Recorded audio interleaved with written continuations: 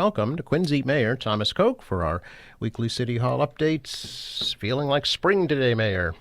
Indeed. Yesterday was beautiful. It looks like a little bit of the snow that's left should be gone by the end of today. What a shame. Except at the snow dumps. That's right.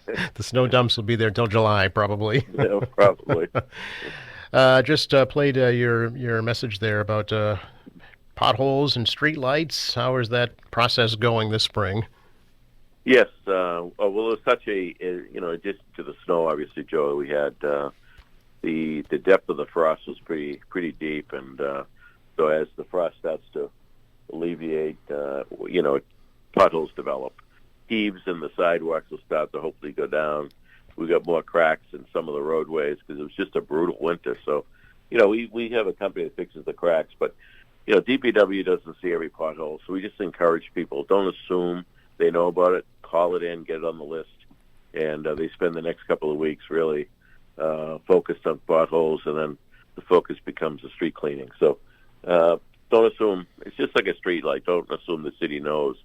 There's not a case of a light goes out and a light goes on at DPW to tell them. That doesn't happen. Mm-hmm. So again, we encourage people to help us out when we're dealing with some of these issues. Yep. The pothole number, 617-376-1914, and streetlight 617-376-1478. Get on the list. Yes. Big day yesterday, Mayor. The Quincy Public Safety Complex is now fully operational. It is indeed. The chief invited me. I went to the first roll call in the new building at 8 o'clock yesterday morning.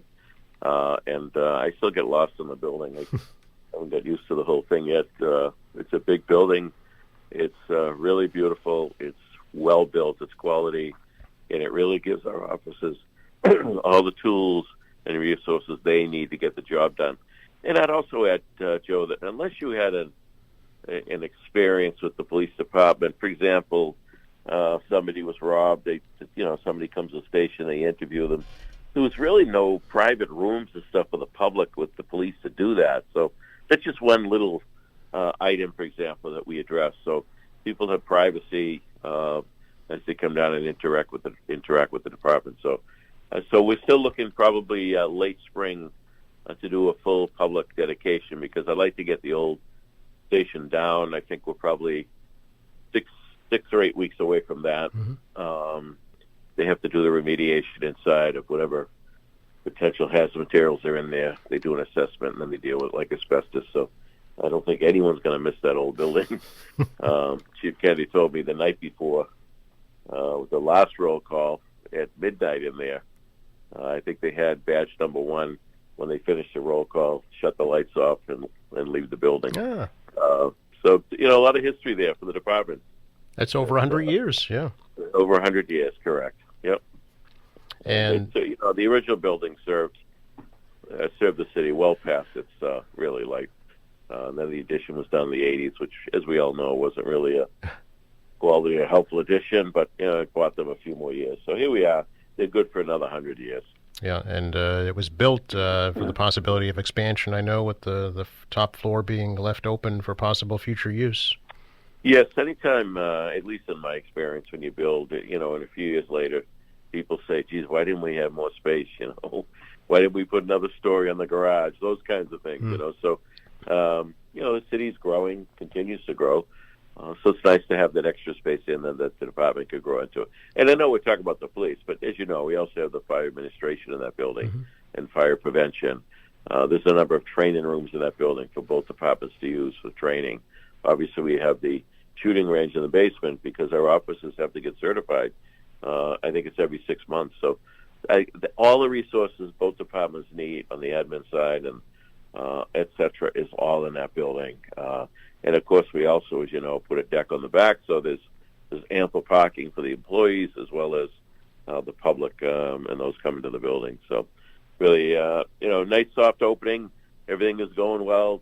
Communications are going well. So we're up to a good start. Chief Kennedy and his team, and Chief Smith and his team. Yeah. So is fire and emergency management also in there now too? Yes, emergency management. Okay. They certainly we're baptized under fire, the old saying, because Yes. just the building started to open. We had those major storms, Yeah. and the second major storm we actually operated out of there with the executive director Dave McCarthy and of course the chiefs and all the personnel coming together. It's just so much more efficient having everything under one roof. Sure. It's really remarkable.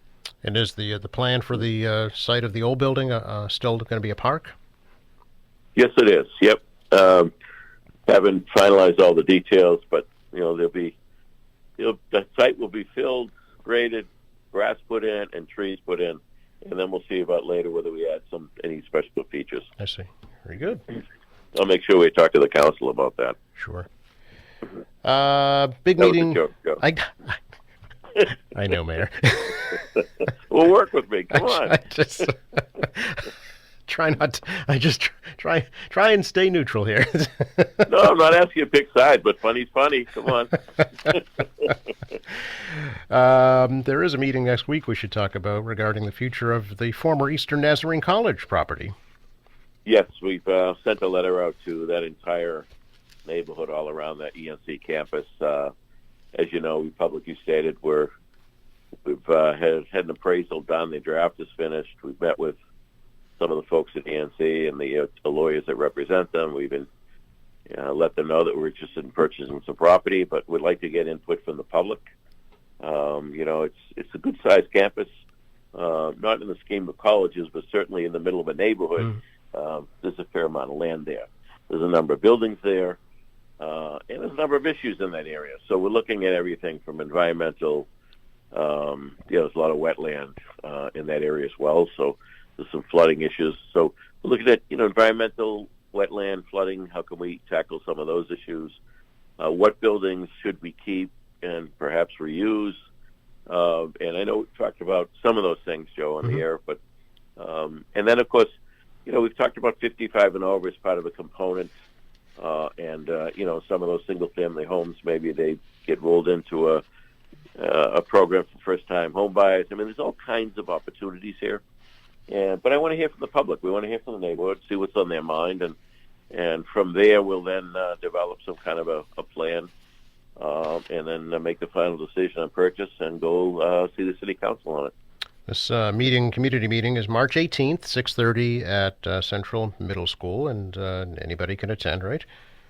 It's open to the public. Yeah. Obviously, special letters went out to that whole neighborhood because it's direct impact for them. Yeah. But anybody is welcome. And we're doing Central Middle School. Some people said, why not Beechwood in the heart of it? But we felt Beechwood just wasn't big enough, both the room to use as well as the parking. So we opted to go to Central Middle School.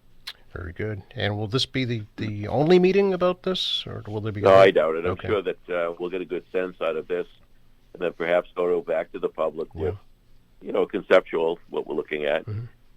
We obviously have to develop financials on, how we best approach the purchase of it. For example, the gymnasium's in good shape, and I know we've talked about it, but Quincy College rents gyms all over the city, the school gyms.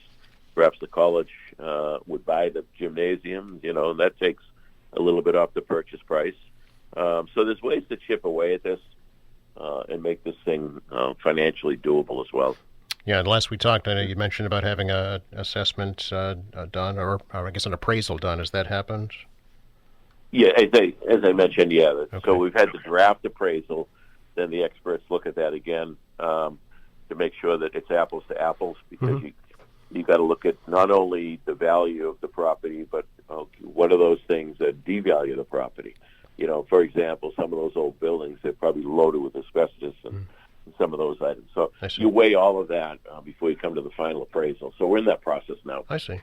So has the college taken the property off the market with the anticipation that city will buy it, or what's happening with that?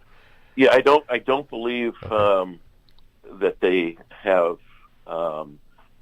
I don't think they're marketing it right now. Okay. I'm sure they're in discussions that the city doesn't do it, but we indicated to them, this is an efficient expedition. We're serious, and I think the best way to control that site is to purchase it, and that doesn't mean control in a control type of way, but there's things that could happen to that property that people would say afterwards, oh boy, I wish the city did something. So we're going down the road. I think there's some real value there for the city and the neighborhood, and we'll take it from there. Sure. Any events for America 250 here in Quincy we can talk about today, Mayor? You know what? I don't have it in front of me, Joe. So, okay. But we'll definitely catch up on that. Okay, great. Have a wonderful day. Enjoy the warm weather. You also. Thank you, Joe. Bye-bye.